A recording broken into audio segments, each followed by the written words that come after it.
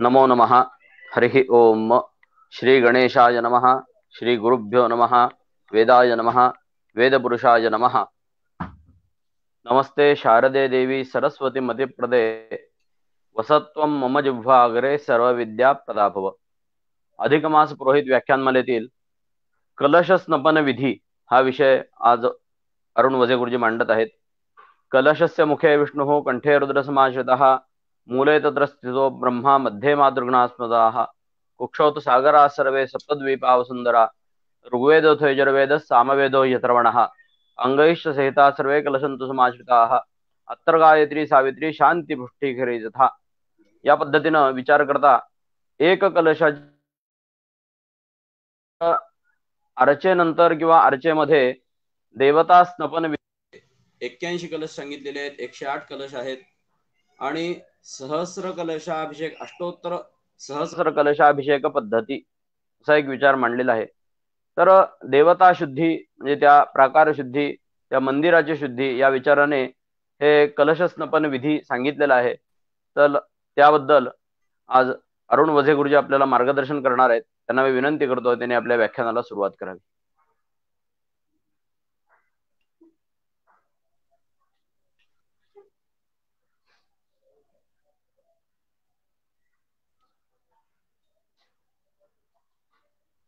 श्री गणेशाय नमः। श्री गुरुभ्यो नमः।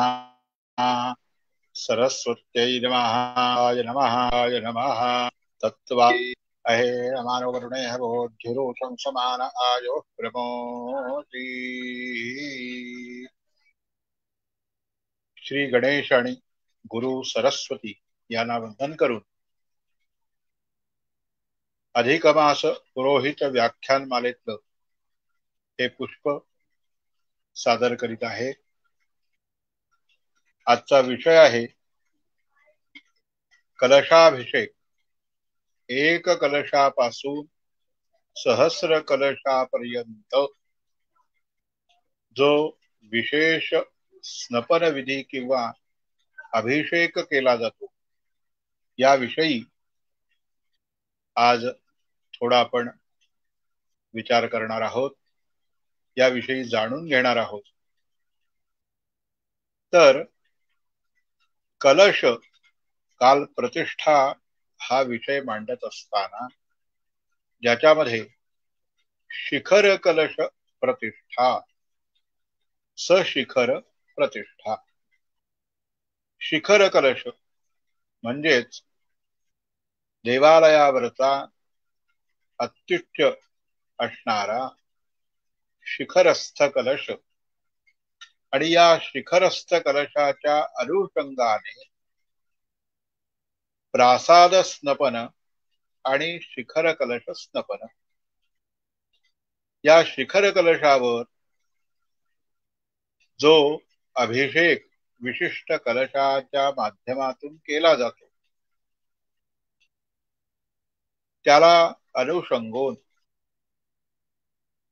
हा कलश विधी जो आहे याविषयी आपण पाहूया। मुळामध्ये कलशाची संकल्पना ही कुठून आली? तर कलशाची संकल्पना ही देवदानव संवादातून, जे समुद्र मंथन झालं ज्यावेळी शुक्राचार्यांना संजीवनी विद्या ही भगवान शंकराकडून प्राप्त झाल्यानंतर त्या शुक्राचार्यांनी त्या संजीवनी विद्येचा केवळ असुरांच्या साठी वापर करायला सुरुवात केल्यानंतर त्यावेळी देव भगवान विष्णूकडे गेले। त्यावेळी विष्णूंनी त्यांना सांगितलं की तुम्हाला देवांना अमर व्हायचं असेल, असुरांच्या बरोबर युद्ध करण्यासाठी तुम्हाला अमृत मिळवायचं असेल तर समुद्र मंथन ही युक्ती ही भगवान विष्णूने इंद्रादी देवांना सांगितली. मग ज्यावेळी हे अमृत प्राप्त करण्यासाठी देव आणि दानव हे दोघही इंद्रादी जे देव आहेत ते इंद्र शुक्राचार्यांना भेटून त्यांनी या अमृत मंथनाविषयी प्रस्ताव ठेवल्यानंतर कालकेतू या असुरांच्या बरोबर त्यांनी अमृत मंथनाविषयी सामंजस्याने हे तुम्हाला पण मिळेल, जो त्याच्यात जिंकेल त्याला मिळेल, किंवा त्याच्यात जी जी गोष्ट येईल ती आपण वाटून घेऊ, अशा प्रकारे त्यांच्या बरोबर तडजोड केल्यानंतर त्यावेळी हा देव असुर संग्रामामध्ये समुद्र मंथनाचा जो प्रयोग आहे तो सुरू झाल्यानंतर त्याच्यामध्ये ही 14 रत्न जी आहेत एक एक येत असताना अमृत ज्यावेळी येण्याची वेळ आली त्यावेळी ते कलशामधून धन्वंतरी रूपाने भगवान विष्णू अवतारित होऊन ते अमृत घेऊन वरती आले. आणि ते ज्यावेळी अमृत घेऊन आले त्यावेळी त्यानंतर असुरांनी ते अमृत मिळवण्यासाठी अनेक प्रयत्न केले, परंतु ते देवांना मिळावं किंवा चांगल्या ठिकाणी ते अमृत प्राप्त व्हावं या हेतूने भगवान विष्णूने मोहिनी अवतार जो घेतला आणि त्यानंतर त्या कलशातून हे अमृत जे आहे ते देवांना समर्पित केलं फार युक्तीने. मग हा कलशाचा जो काही रचनेचा भाग आहे, हा कलश हा अमृत मंथनाच्या बरोबर त्याची निर्मिती आहे. हे आपल्याला काही मंत्रामधून जाणता येईल.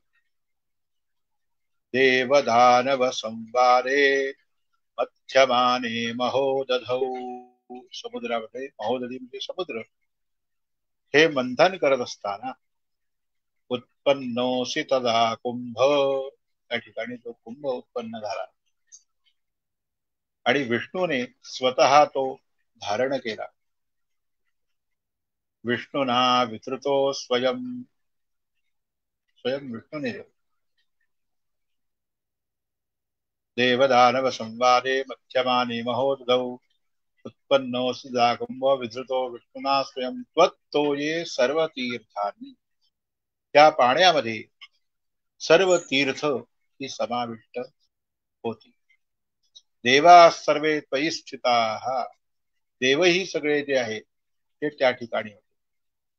त्वयि तिष्ठन्ति सर्वाणि त्वयि प्राणा प्रतिष्ठिताः, अमृत असल्यामुळे प्राणशक्ती वाढवण्याचं जे सामर्थ्य आहे ते त्याच्यामध्ये असल्यामुळे त्वयि प्राणा प्रतिष्ठिताः. शिवस्वयं त्वमेवासि विष्णुस्पंच प्रजापती, त्या ठिकाणी शिव विष्णू प्रजापती या सगळ्यांचं सान्निध्य त्या ठिकाणी. शिवस्पंच विष्णुस्पंच प्रजापती, आणि अशा पद्धतीने तो कुंभामध्ये जे अमृत आहे त्या ठिकाणी हे सर्व देव त्या अमृताच्या ठिकाणी होते. प्राणशक्ती होती आणि शुद्ध असलेला हा कलश या ठिकाणी प्राप्त विष्णूंच्या माध्यमातून तुम्हाला झाला. आणि हा कलशाची उत्पत्ती झाल्यानंतर कलश आणि अमृताचा कलश ही संज्ञा किंवा संकल्पना त्या ठिकाणी कलशाची प्राप्त झाली. आता पूजनापासून प्रत्येक विधीमध्ये या कलशाची पूजा ही अनिवार्य आहे. वरुण देवतेच्या रूपाने जलाची जी देवता आहे वरुण, या वरुणाचं पूजन आपण गंगा इत्यादी ज्या सप्त नद्या आहेत, पवित्र नद्या आहेत, ज्यांचं जल आपण या भगवंताच्या पूजनासाठी शुद्धीकरणासाठी वापरतो. त्या पूजनापासूनच त्या कलशाची विशेषतः आपल्याला दिसून येते. तर त्या विशेषतेमध्ये काय काय आहे, तर जसं मगाशी सांगितलं शिव इत्यादी आहे. आदित्या वसवो रुद्रा विश्वे देवा सपैत्रकाः त्वयि तिष्ठन्ति सर्वेपि यतः काम फलप्रदाः. आपली जी कामना आहे ती फलप्रद होण्यासाठी या कलशाच्या ठिकाणी असलेल्या ज्या देवता आहेत, आपो वै सर्वा देवताः, या न्यायाने ज्या कलशाच्या ठिकाणी वसणाऱ्या या देवतांच्या माध्यमातून आपल्याला शांती ही प्राप्त होते, समृद्धी प्राप्त होते. आणि त्याकरता प्रत्येक विधीमध्ये कलशाचा जो काही समावेश आहे हा आदरपूर्वक आहे, अनिवार्य आहे. म्हणून गंगादी तीर्थांचं आवाहन, कुठल्याही देवतेची स्थापना असेल तर त्यामध्ये कलशावर त्याची स्थापना केली जाते. कलशावर स्थापना केली जाते त्यामध्ये भगवंताचं अधिष्ठान जे आहे ते अतिशय उन्नत अशा अवस्थेमध्ये असणाऱ्या किंवा अत्युत्तम अशा असणाऱ्या अमृताच्या कलशावर त्याचं आवाहन करून, जसं ब्रह्मादी मंडल देवतांच्या वरती धान्य राशी करून कलश ठेवून त्या देवतांचं आवाहन सांगितलेलं आहे, म्हणजेच अत्यंत अत्युच्च असणारा जो मेरू पर्वत आहे त्या मेरू पर्वतावर त्या कलशाची स्थापना आणि त्या कलशाच्या स्थापनेवर देवता स्थापन, जी काही इष्ट देवता आहे त्या त्या कर्माची ही स्थापन केली जाते. आणि तो कलश स्थापन करत असताना देवदानव संवादे या याच्यानुसार जे कलशस्य मुखे विष्णू कंठे रुद्रसमाश्रिता, कलशाच्या मुखामध्ये विष्णूंचं सान्निध्य आहे, कंठे रुद्रसमाश्रिता, रुद्र कंठामध्ये आहे, मुलामध्ये ब्रह्मा आहे, मातृगण आहे, चारीही वेद आहेत. आणि अशा वेदरूपी ज्ञानमय कुंभ जो आहे, अमृताचा कुंभ आहे. आणि या तिन्ही देवतांच्या ब्रह्मा विष्णू महेश त्रिगुणात्मक असणाऱ्या उत्पत्ती स्थिती आणि लय यांचे कारक असणारे हे जे ब्रह्मा विष्णू महेश आहे, या ब्रह्मा विष्णू महेशासहित शक्ती म्हणजे मातृका आणि ज्ञान म्हणजेच वेद, या सर्वांनी हा कलश समाविष्ट आहे. त्याची संकल्पना ही अमृतमंथनाच्या पासून आलेली आहे. आणि आयांतु मम शांत्यर्थम, आमच्या शांती करता आणि दुरिताचा नाश करण्याकरता या ठिकाणी त्या कलशावर वरुण देवतेचं आवाहन, तीर्थांचं आवाहन हे करायला सांगितलेलं आहे. आणि म्हणून आपल्याकडे कलशाच्या माध्यमातून किंवा या वरुण देवतेच्या माध्यमातून अनेक प्रकारचे अभिषेक सांगितलेले आहेत. पुण्याहवाचनापासून प्रतिपर्यंत प्रत्येक विधीमध्ये ज्या ज्या ठिकाणी दुरितनाशनाचा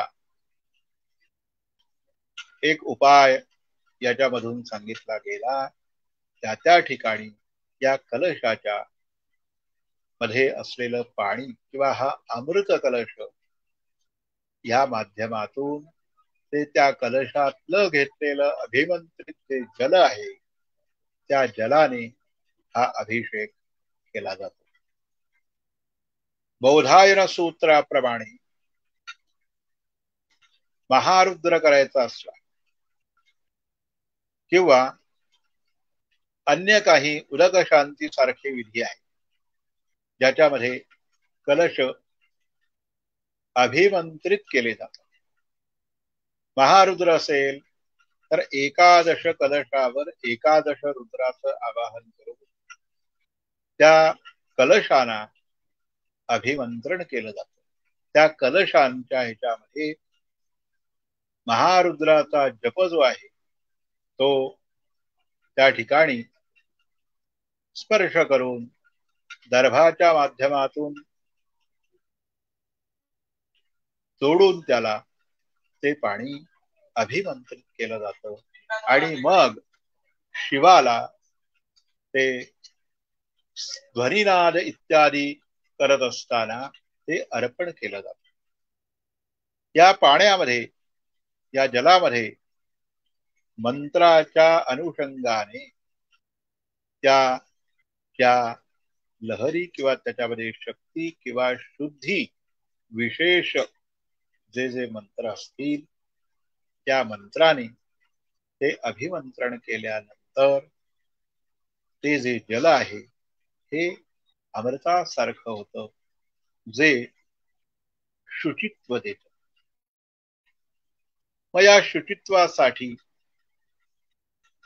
प्रतिष्ठा प्रयोगामध्ये प्रासाद स्नपन किंवा शिखर कलश स्नान त्या ठिकाणी जे घालायचंय शिखर कलशाला कशासाठी या सगळ्या गोष्टींचा उपयोग केलाय किंवा एखाद्या मंदिराच्या ठिकाणी अस्पृश्य असा स्पर्श म्हणा किंवा त्या मूर्ती संबंधाने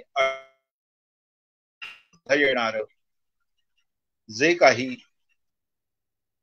त्या ठिकाणी प्रतिबंध आहेत अशुद्ध येणारे किंवा मूर्ती अशुद्ध होण्यासारखे काही केले जाणारे प्रकार आहेत त्यापासून ती मूर्ती शुद्ध व्हावी. अनेक जन्य स्पर्शापासून अनेक दिवस त्याचं पूजन झालेलं नाहीये तर त्या ठिकाणी जी मलिनता आलेली आहे ती मलिनता दूर करण्यासाठी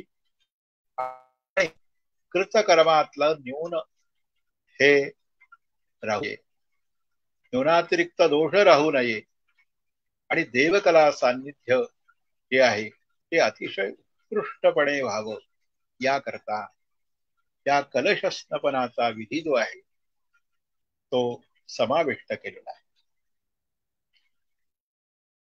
आता प्रतिष्ठेमध्ये ज्यावेळी आपण जलाधिवास करतो त्या जलाधिवासाच्या ठिकाणी जे पाणी आपण घेणार ते पूजन करून घ्यावं. म्हणून कोकणासारख्या किंवा गोमंतकासारख्या प्रांतामध्ये या प्रतिष्ठेच्या वेळी ते जलाधिवासाच्या शांती होम झाल्यानंतर अनेक सुवासिनी ज्या आहेत कारण अनेक लोकांनी साध्य होणार अनेक लोकांच्या माध्यमातून साध्य होणारी ही प्रतिष्ठा असते. म्हणून सुवासिनी स्त्रियांना त्या ठिकाणी विहीर असेल किंवा झऱ्याचं पाणी असेल अशा ठिकाणी पुरोहितांनी त्यांच्याबरोबर जाऊन ते मोठमोठ्या कळशा आहेत घागरी आहेत किंवा कलश असतील तर ते घेऊन जाऊन त्या गंगेचं पूजन करून त्या गंगेला आवाहन या ठिकाणी करण्याकरता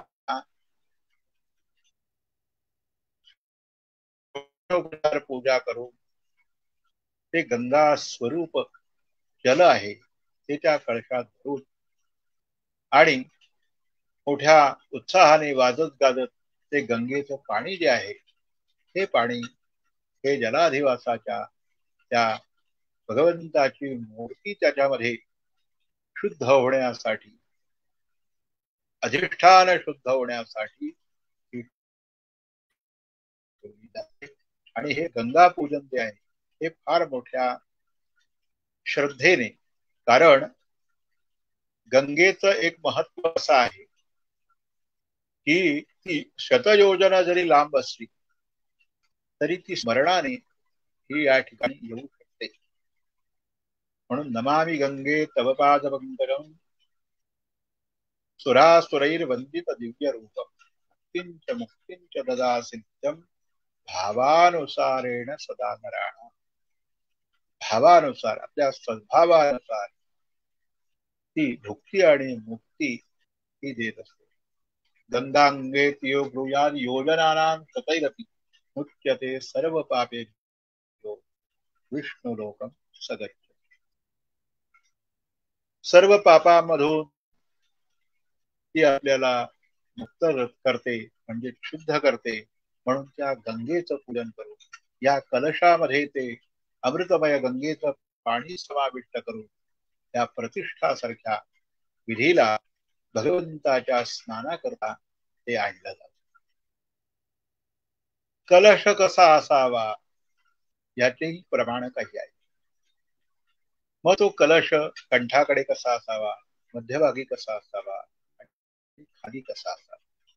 आपल्याला अनेक कलशांच्या काही आकृत्या माहिती आहेत, ज्याच्यामध्ये आपण म्हणतो की तो वरती निमुळता असावा, मध्ये मोठा असावा आणि खाली पण त्याला पुन्हा निमुळता असावा. अशा कलशाच्या त्या आकृत्या आहेत किंवा त्याच्यामध्ये कलश प्रमाण आहेत. हे कलश प्रमाण व्रतराज या ग्रंथामध्ये त्यांनी सांगितलेलं आहे शास्त्रकारांनी. मग हे जे कलश आहेत या कलशामध्ये पाण्यासोबत काय काय असावं, मग हे कलश कुठे कुठे किती किती सांगितले, कुठल्या प्रकारचे सांगितले, तर आता मूर्ती शुद्धीसाठी 8 कलशाचं स्नान जे सांगितलं, ज्याच्यामध्ये सांब पुराणोक्त सांब पुराण जे आहे त्याच्यामध्ये त्या 8 कलशाचा सांगितलेला आहे. मग या प्रतिष्ठेमध्ये 8 कलश मध्ये त्या 8ही कलशामध्ये पूर्वाधिक्रमाने एक एक गोष्ट घालावी. काय काय घालावी ती काल आपण त्याचा विचार केलेला आहे. मग हे कलश त्या मूर्ती शुद्धी करता किंवा भगवंताच्या अधिष्ठान शुद्धी करता विशेष द्रव्याने युक्त असावे. अनेक औषधी गुणधर्म त्यामध्ये त्या जलामध्ये मिसळून त्या कलशाचं विशेष मंत्रात अभिमंत्रण करून ते कलश मग त्या शिखर कलशावर किंवा मूर्तीवर अभिषेक त्या कलशाने केला जातो. आता प्रतिष्ठेमध्ये 81 कलश स्नपन विधी आहे. हा 81 कलश कसे मांडावेत, तर नवनवकानी स्थापयित्वा एक मोठा चौकोन त्या ठिकाणी घेऊन त्याच्यामध्ये छोटे 81 चौकोन करावे. जसं काल मंडप प्रतिष्ठेचा विचार सांगितला, त्याच्यामध्ये मंडप जो प्रतिष्ठेला आहे तो जसा 9 भाग त्याचे समसमान करावे, तसेच या 81 कलशासाठी सुद्धा जो भूभाग तुम्ही घेणार आहात त्याच्यामध्ये सम चतुरस्र असे 9 भाग करावे आणि त्या 9 भागामध्ये 9 कलश स्थापन करावे.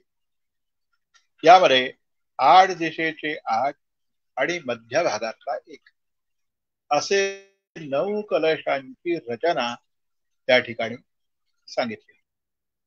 व या 9 कलशामध्ये मध्या आणि इतर जे 72 कलश आहे त्याच्यामध्ये काही विशिष्ट द्रव्य ही टाकायला सांगितलेली आहे. व ही जी आहेत याच्यामध्ये अनेक औषधी नवक पूर्व नवक मध्य कुंभे, आग्नेय नवक मध्य कुंभे, दक्षिण नवक मध्य कुंभे, नैऋती नवक मध्य कुंभे, वरुण नवक मध्य कुंभे असा त्या ठिकाणी उल्लेख त्याचा केलेला आहे. अनेक औषधी रत्न आहेत. त्यानंतर दूध, दही, तूप इत्यादी काही गोष्टी आहेत आणि 10 वस्तू त्याच्यामध्ये त्या सांगितल्या आणि त्या कलशांना सुद्धा त्यावेळी अभिमंत्रण करणार त्या ही योजना केलेली आहे. आता हे स्नपन प्रकार किती आहेत याचा विचार करूया. स्नपन प्रकारामध्ये 1 कलशापासून 1008 कलशापर्यंत योजना केलेली. मग हा कलश जो आहे एकच असेल तर काय करावं? तर एकच असेल तर त्याच्यामध्ये या सगळ्या सर्व औषधीयुक्त तो कलश असावा, पल्लवयुक्त असावा, पंचरत्नयुक्त असावा, सप्तधान्ययुक्त असावा. त्या कलशामध्ये या मंत्राने तो कलश जो आहे तो अभिमंत्रण करून शिखर कलशावर त्या पाण्याने अभिषेक करावा. त्यानंतरचा प्रकार जो सांगितला तो 4 कलश सांगितला. आता हे 4 कलश जे आहेत ते वेदांचं प्रतीक म्हणून 4 कलश आहेत आणि त्या प्रत्येक कलशाने वेदांच्या मंत्राने अभिमंत्रित करून ते कलश त्या शिखर प्रतिष्ठा किंवा भगवंताच्या मूर्तीवर त्याचा जलाभिषेक करता येईल. आता 8 कलश आहेत ते मगाशी तुम्हाला सांगितलं की सांब पुराणामध्ये सांगितलेले 8 कलश आणि प्रतिष्ठेमध्ये सुद्धा ते घेतलेले आहेत. 8 कलश किंवा संप्रोक्षण विधी जो आहे जो त्या ठिकाणी अनेक दिवस पूजन झालेलं नाही किंवा त्या स्थलाची शुद्धी राहिलेली नसते त्यावेळी किंवा एखाद्या बांधकाम काढलेलं असतं आणि ती मूर्ती ही त्या ठिकाणून हलवलेली नसते, प्रासादाचा निर्माण त्या ठिकाणी केलेला असतो नवीन. तर नूतन प्रासाद निर्माणानंतर त्या देवतेच्या त्या मूर्तीची शुद्धी होण्याकरता संप्रोक्षण विधीमध्येही त्या 8 कलशांची रचना या ठिकाणी सांगितली. त्यानंतर 16 कलश, 16 या कला आहेत म्हणून त्या परिपूर्ण असाव्या म्हणून 16 हा आकड्याचा एवढे कलश हे याचा एक प्रकार स्नपनामध्ये सांगितला गेला. त्यानंतरचा 24 कलशाचा पुढचा स्नपन विधी सांगितला आणि हा कुठे सांगितला तर वासुदेवी जी प्रतिष्ठा आहे त्याच्यामध्ये हा 24 कलशाचा विधी किंवा विधान हे सांगितलं. आता 24 हा आकडा सिद्ध यासाठी वापरला जातो. सिद्धा चतुर्विंशती म्हणून 24 कलशामध्ये या कलशस्नपनाचे ते काही मंत्र आहेत अभिमंत्रणाचे ते जपून त्या ठिकाणी कलशस्नपन करा. त्याच्या पुढे 25 कलश घेऊन सुद्धा एक करा. हा धर्मसिंधू मध्ये सांगितलेला 25 कलशाचा विधी आहे. त्यानंतर 25 का तर 25 संस्कारही संस्कृताये द्विजातया, ते 25 संस्कार सुद्धा ते सांगितले. त्याच्या अनुषंगाने हे 25 कलश या ठिकाणी सांगितले. कारण संस्काराचा मूळ उद्देश काय आहे तर शुद्धी. तसंच त्याचं एक प्रमाण घेऊन येथे 25 कलशाचं द्वैत निर्णययुक्त द्वैत निर्णय म्हणून त्या ठिकाणी सांगितला ज्या ग्रंथामध्ये त्या ग्रंथामध्ये हा विधी सांगितला. त्यानंतरचा 36 कलश या 36 कलशांचं स्थापन आहे. षट त्रिंशन मते ऋषींच सुद्धा ही मतं आहेत ती 36 प्रकारची मतं आहेत. या संख्येच्या अनुषंगाने हा 36 कलशाचा जो स्नपन विधी आहे तोही या ठिकाणी सांगितला. त्यानंतर 48 कलश 48 कलशाचा तो भाग आहे किंवा विधी आहे तो जयराम पद्धती या ग्रंथामध्ये 48 कलशांचा स्नपन विधी हा सांगितला गेला. आता 48 हे संस्कार सुद्धा 48चा विचार त्या ठिकाणी झालाय किंवा मुहूर्त या संज्ञेला 48 दोन घटका म्हणजे 48 जी काही त्याच्यामधली मिनिटं आहेत एक घटका म्हणजे 24 आणि दोन घटकेचा हा 48चा मुहूर्त काल. या कालाची संज्ञा म्हणा किंवा संस्काराची मूळ 48 संस्कार विचारात घेतलेले होते सुरुवातीला त्याचाही हा संख्यावाचक जो कलशाचा विस्तार आहे तोही या ठिकाणी जयराम पद्धतीमध्ये आणि वासुदेव मयूख याच्यामध्ये पण हे सांगितलं.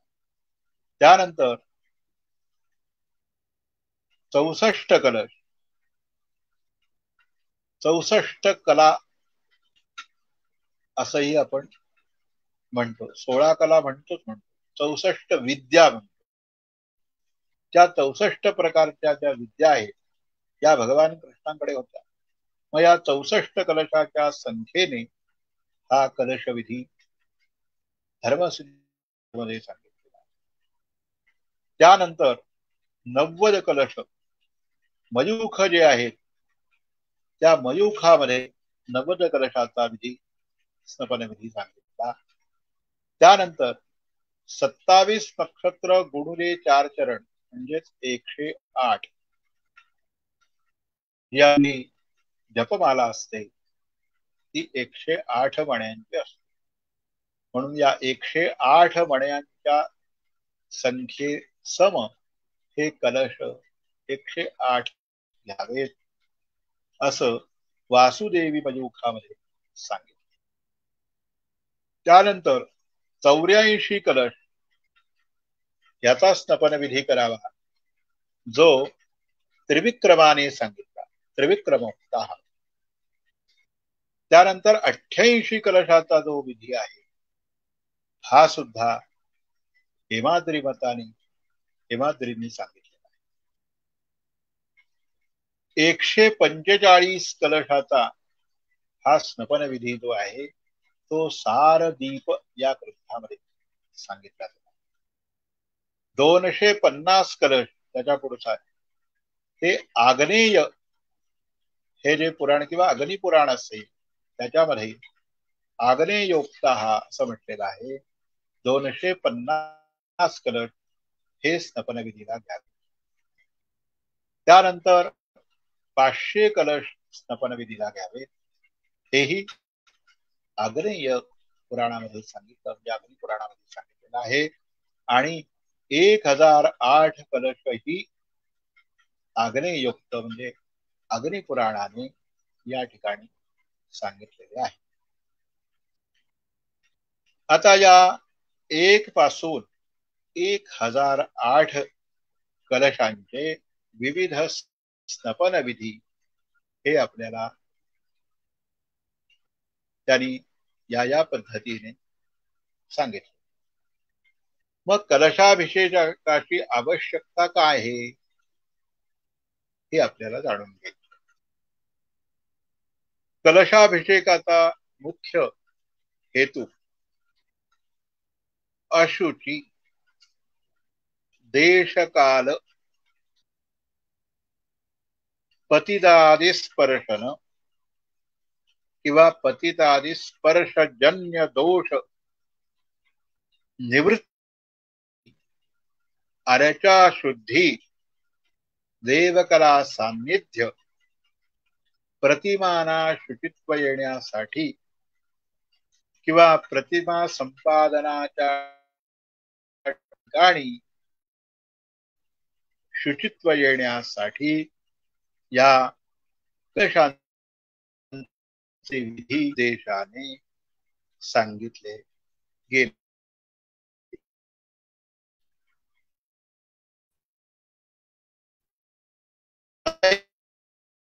कलश कसे स्थापन करायचे,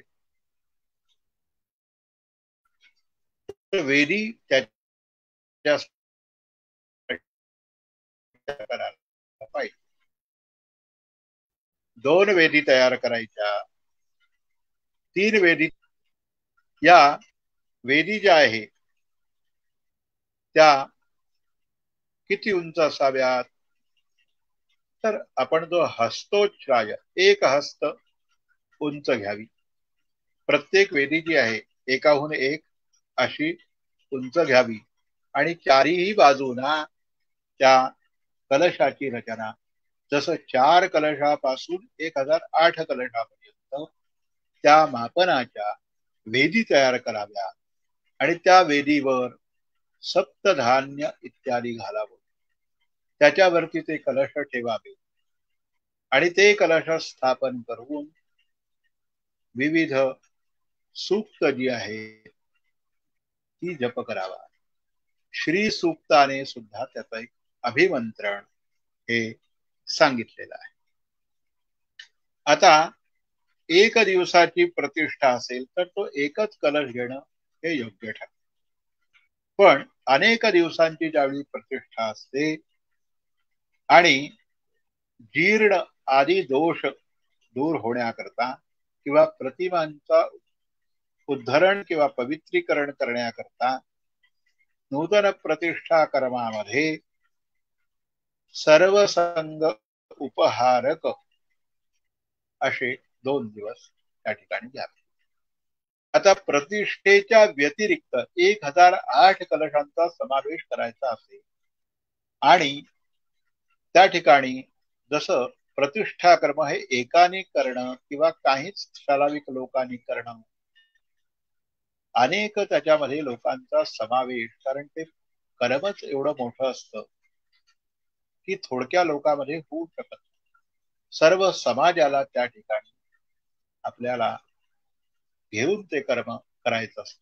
कारण 4 स्तंभ जे आहेत हे चारही स्तंभ म्हणजेच धर्म, अर्थ, काम, मोक्ष आणि त्याच्यामध्ये समाविष्ट होणारी 4ही जे वर्ण सांगितलेले आहेत त्या सर्वांचा समावेश या प्रतिष्ठा या विहित कर्मामध्ये सांगितलेला असल्यामुळे आपल्याला अनेक लोकांना याच्यामध्ये भक्तगणांना समाविष्ट करता येईल आणि त्यांची पण सेवा त्या ठिकाणी घडण्याकरता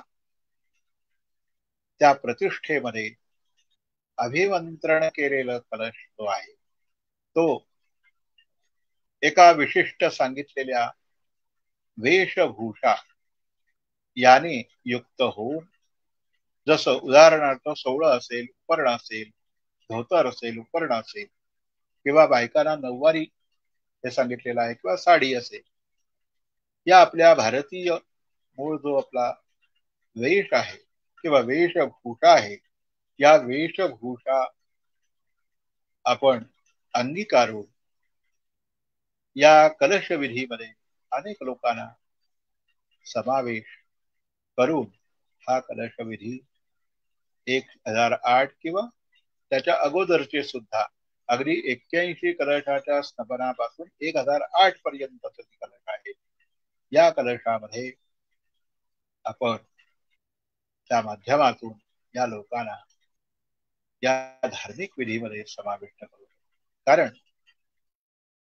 अनेक विधी जे असतात त्या समंत्रक आणि त्या ठिकाणी असणारे जे तज्ञ लोक आहेत किंवा ज्यांना हे त्याचं ज्ञान आहे, या सगळ्या लोकांना समाविष्ट किंवा वैदिक अनुशासनाप्रमाणे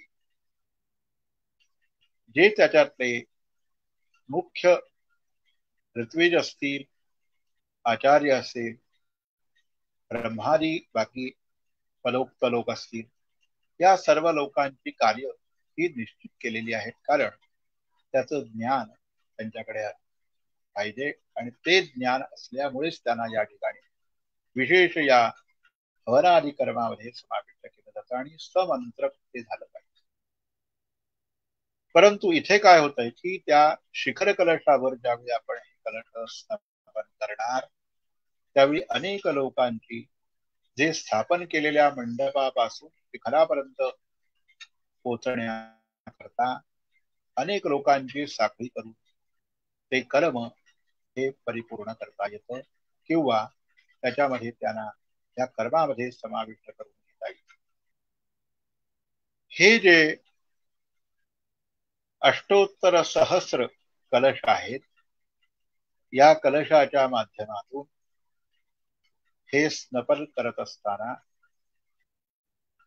अनेक लोकांचा समावेश होत असताना भगवंताचं नामस्मरणही त्या माध्यमातून करता करता करता प्रत्येकाची सेवा त्या ठिकाणी रुजू होईल. म्हणून कलश अभिषेक जो आहे हा वैशिष्ट्यपूर्ण आहे. आता आपल्याकडे भुवनेश्वरी शांतीमध्ये जो कलश आहे त्याच्यामध्ये 32 औषधी घालायला सांगितल्या गेल्या.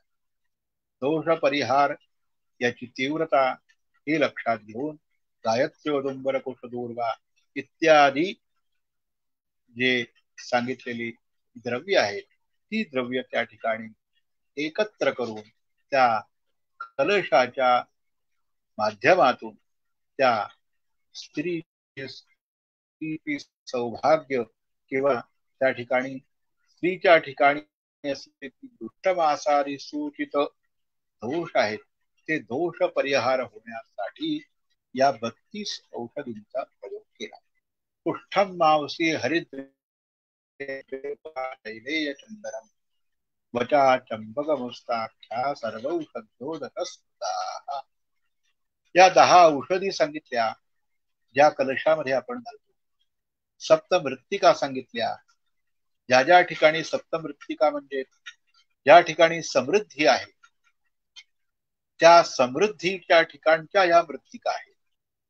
म्हणजे डोहातली असेल, गोठ्यातली असेल, चव्हाट्यावरची असेल, 4 रस्त्याच्या ठिकाणची असेल, राजद्वारामध्ये असेल, वारुळाची असेल, तर हे सगळं उन्नतीकारक आणि समृद्धीकारक या मृत्तिका आहेत. आपल्याकडे पूर्वी हत्ती, घोडे हे धनाच्या रूपामध्ये म्हणून घोड्याच्या पायाखालची, हत्तीच्या पायाखालची इत्यादी या बलशाली जे जे आहे त्या बलशाली या पशूंकडून सुद्धा आपल्याला समृद्धी प्राप्त होत असते आणि समृद्धी हे उत्कर्षाचं कारक आहे. याकरता आपल्या सर्वांचा उत्कर्ष घडला पाहिजे, आपल्या सर्वांचं दुरित दूर झालं पाहिजे. म्हणून सप्तमृत्तिका, सर्वौषधी, पंचपल्लव. आता हे सुद्धा पल्लव जे आहेत हे विराट वृक्ष ते असतात, फार मोठे ते वृक्ष विशाल असे असतात आणि त्या विशाल वृक्षांच्याकडे जी काही फलधारणा होते ते अत्यंत बहु अशा प्रकारचे असते आणि ते ज्यांच्याकडे हे आहे तेच आपल्याला या पद्धतीचा आशीर्वाद देऊ शकतात. याकरता जे बहुफलित वृक्ष आहे आणि यज्ञ वृक्ष ज्याला म्हटलेला आहे, या यज्ञ वृक्षामध्ये या पंचपल्लवांचा समावेश पंचपल्लव या कलशामध्ये समाविष्ट केले जातात. अनेक प्रकारचे गंध जे अष्टगंध आपण म्हणतो त्या अष्टगंध कुंकुम केशर कस्तुरी इत्यादी चंदन शैलेय इत्यादी जे चंदन विशेष आहे हे चंदन विशेषही या कलशामध्ये घालण्याकरता उपयोग केलेला आहे. त्याचप्रमाणे सुवर्ण, पूर्वी आपल्याकडे सुवर्णाची नाणीच असायची आणि ती नाणी त्याच्यामध्ये घालायची किंवा सुवर्ण 24 जे कॅरेटचं म्हणजे शुद्ध सुवर्ण आहे ते त्याच्यामध्ये घालावं. अनेक रत्न आहेत, नवरत्न आहेत, अष्टरत्न आहेत, ही त्याच्यामध्ये पंचरत्न आहेत. या पंचरत्नाचा समावेश त्या ठिकाणी करावा. त्याच्यानंतर सप्तधान्य आहे ते व्रीही यव इत्यादी जी आपल्याकडे सांगितलेली सप्तधान्य आहेत तीही त्या कलशामध्ये. मग या सर्वांच्या माध्यमातून ती समृद्धी जी आहे ती आपल्या कामना परिपूर्ण करू शकतात आणि त्या कामना परिपूर्ण मंत्राने झालेला तंत्र आणि मंत्र, तंत्र म्हणजे या सगळ्या गोष्टी त्याच्यामध्ये टाकून त्याची प्रक्रिया करून मंत्राच्या माध्यमातून अभिमंत्रण करून एक एक कलश कुठल्या कुठल्या मंत्राने तो भगवंताला अभिषेक करावा. आता रुद्राचं हे असेल तर शंचमे मयष्टमे किंवा नमस्सोमाय हा वर्ग हा अनुवाक म्हणून शिवाला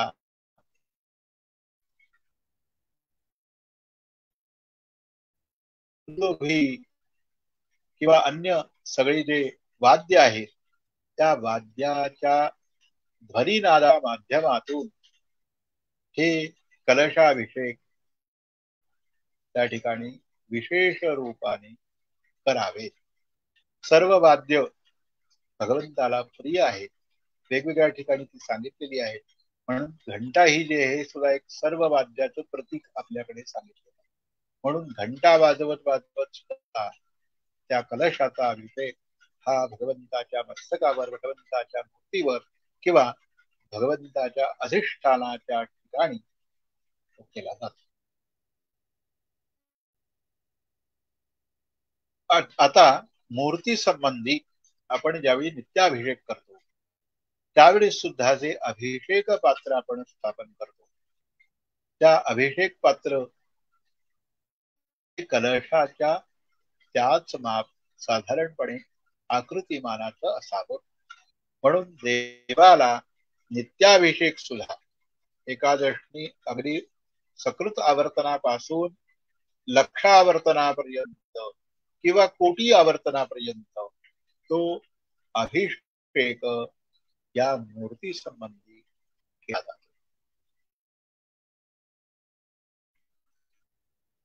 आता या कलश विधीमध्ये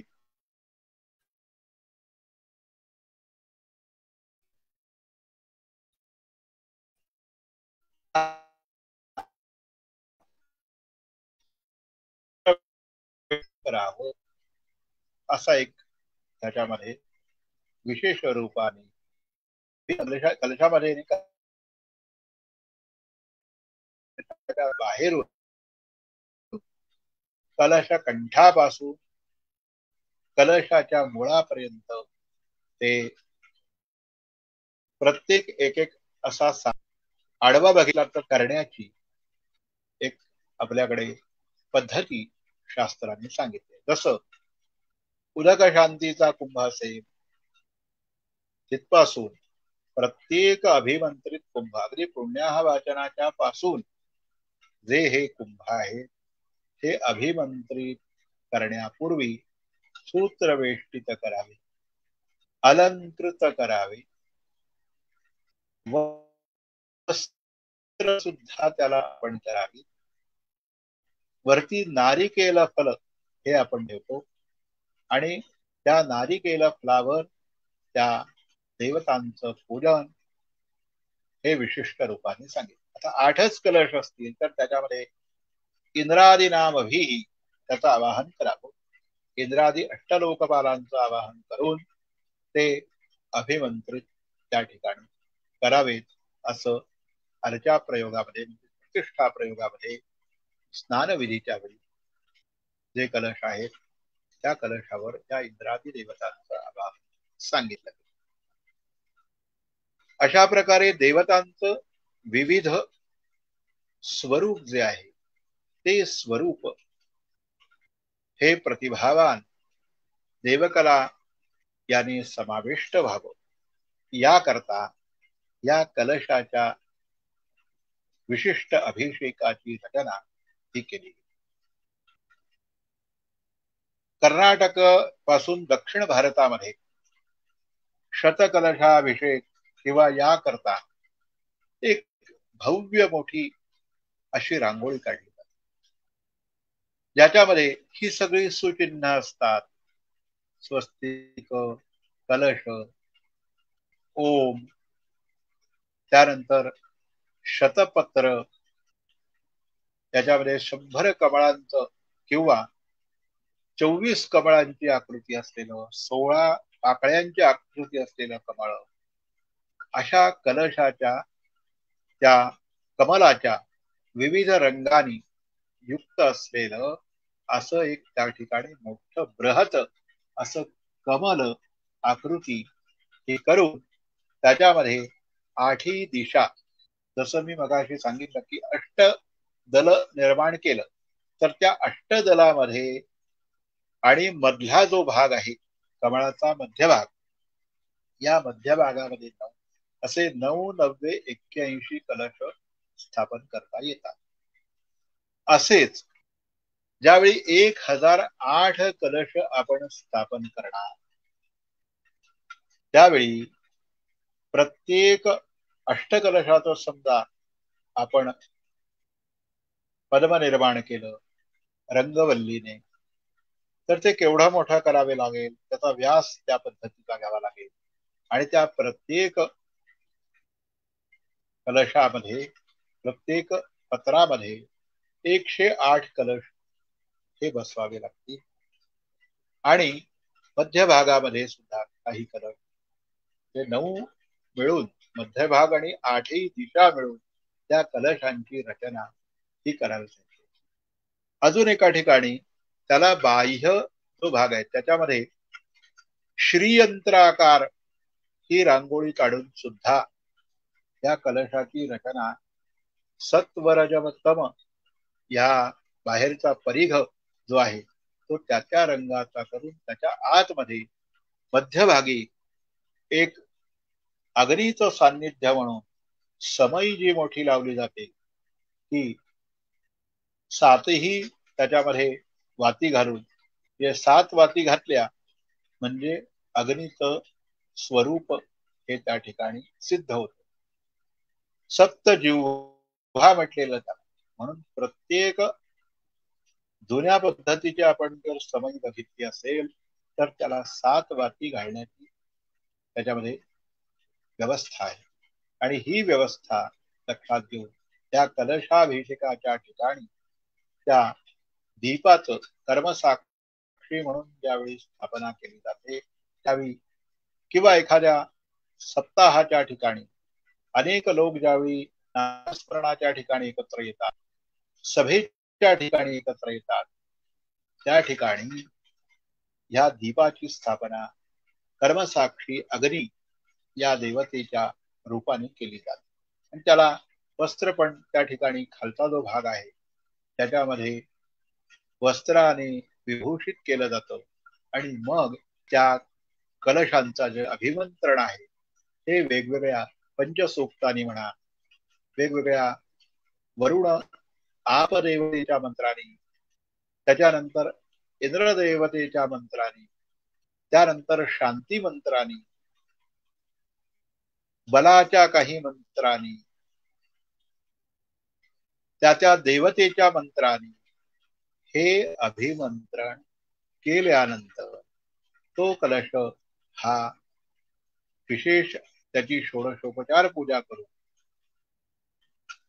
तो कलश भगवंताच्या मूर्तीवर मोठ्या उत्साहाने हा जलाने अभिषिक्त होणार आहे. मग हा कलश, या कलशामध्ये असणारे द्रव्य निसर्गातल्या ज्या ज्या काही उत्तम अशा आरोग्यकारक, दुरितनाशनकारक ज्या ज्या वस्तू आपल्या पूजेमध्ये किंवा विशिष्ट विधीमध्ये समाविष्ट केलेल्या आहेत, त्या सर्व पुष्प आहेत, गंध आहेत, औषधी आहे, मूळ आहेत, काही झाडांची मुळं पण आहेत.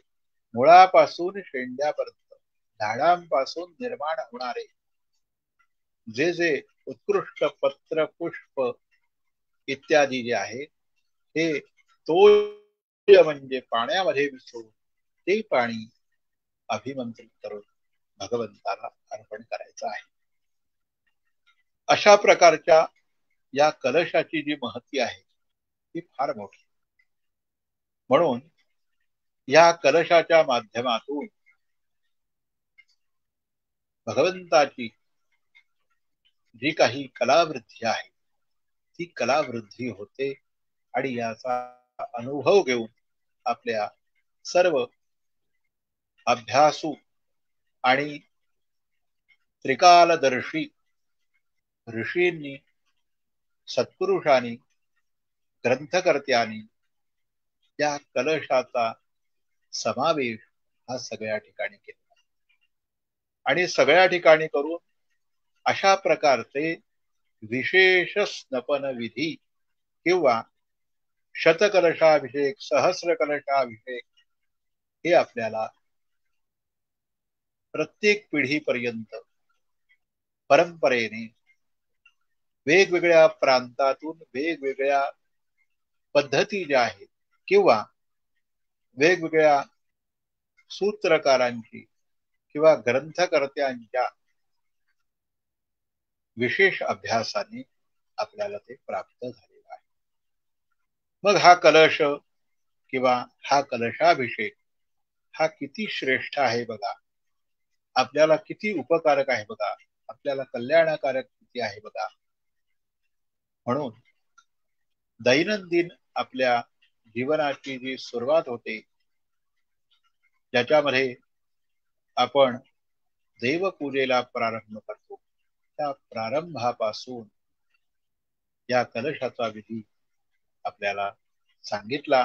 आणि त्या कलशामध्ये सर्व तीर्थ, जसं समुद्रामध्ये सर्व तीर्थ आहेत, समुद्रामध्ये जो कलश उत्पन्न झाला, सागरे सर्व तीर्थानी, त्या सगळ्या आकाशात पतितंतोयम यथा गच्छति सागर, प्रत्येक नदीचं पाणी जे आहे ते समुद्राला जाऊन मिळतं आणि तो रत्नाकर आहे आणि तो विशाल आहे आणि त्याची ती विशालता आणि सर्व तीर्थ या कलशामध्ये भगवंताच्या रूपाने अमृत मंथनातून ही उत्पन्न झाली.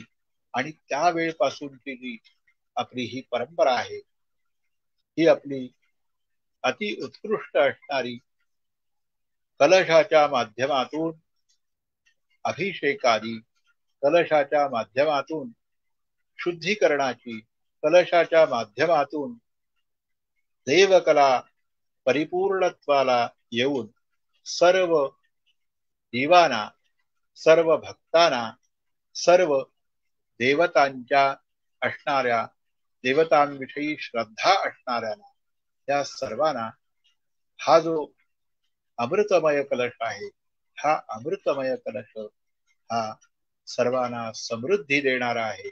आणि म्हणून आजच्या या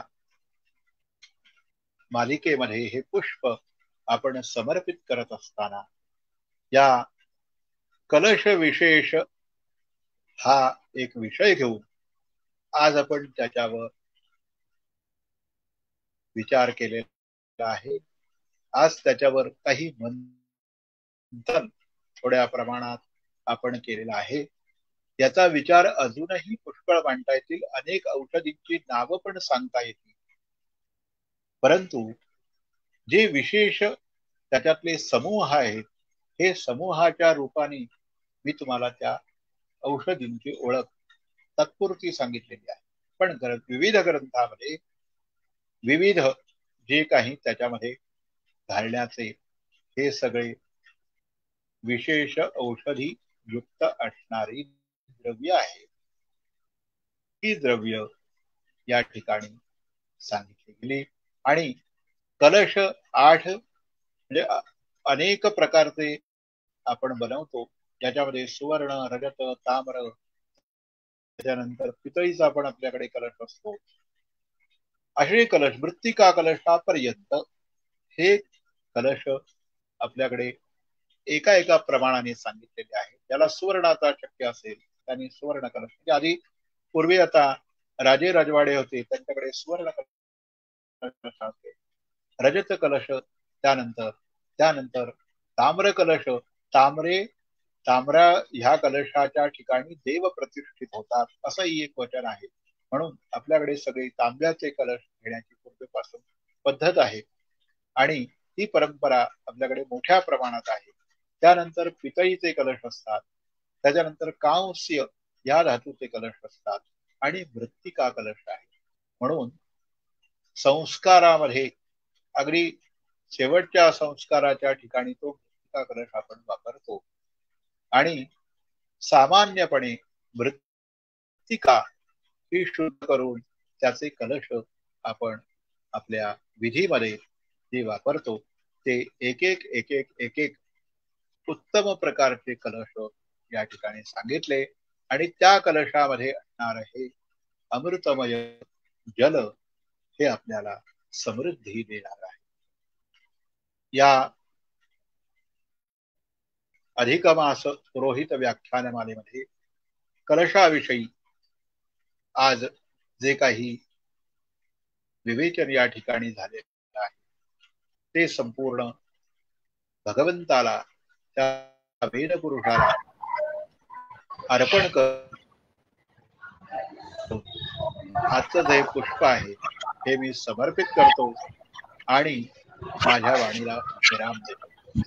नमस्कार. नमस्कार. आतापर्यंत ह्या व्याख्यानमालेच्या निमित्ताने ज्यांनी गुरुदक्षिणा म्हणून दिलेला आहे, आतापर्यंत ज्यांनी ह्या व्याख्यानमालेच्या निमित्ताने गुरुदक्षिणा दिलेली आहे त्यांची नावं वाचून दाखवतो आणि त्यानंतर काणे गुरुजी आभाराचं बोलतील.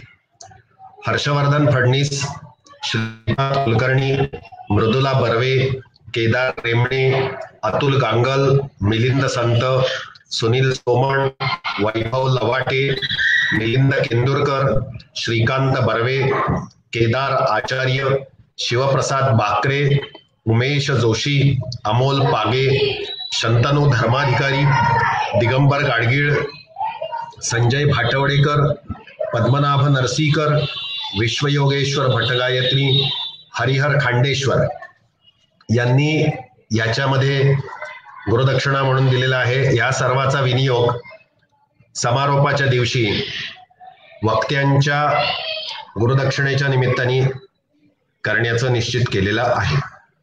मी याच्या पुढली सूत्र भूषण काणे गुरुजींकडे देतो. नमो नमः.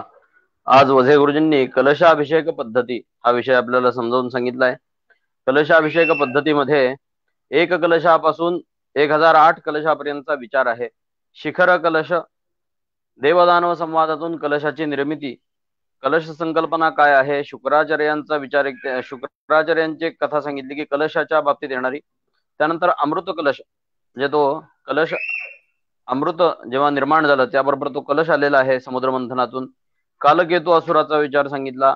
कलश रचना त्याबद्दल विचार सांगितला. दर्भ ठेवून कलशाचं अभिमंत्रण कसं करावं, देवालय मूर्ती शुद्धीसाठी, त्यानंतर पूजनाचा विचार सांगितला. कलश गंगा स्मरण सांगितलं. व्रतराज ग्रंथात या कलशाबद्दल बरीचशी माहिती दिलेली आहे. त्यानंतर स्नपन विधीसाठी 8 कलश सांगितलेले आहेत. 81 कलश आहेत.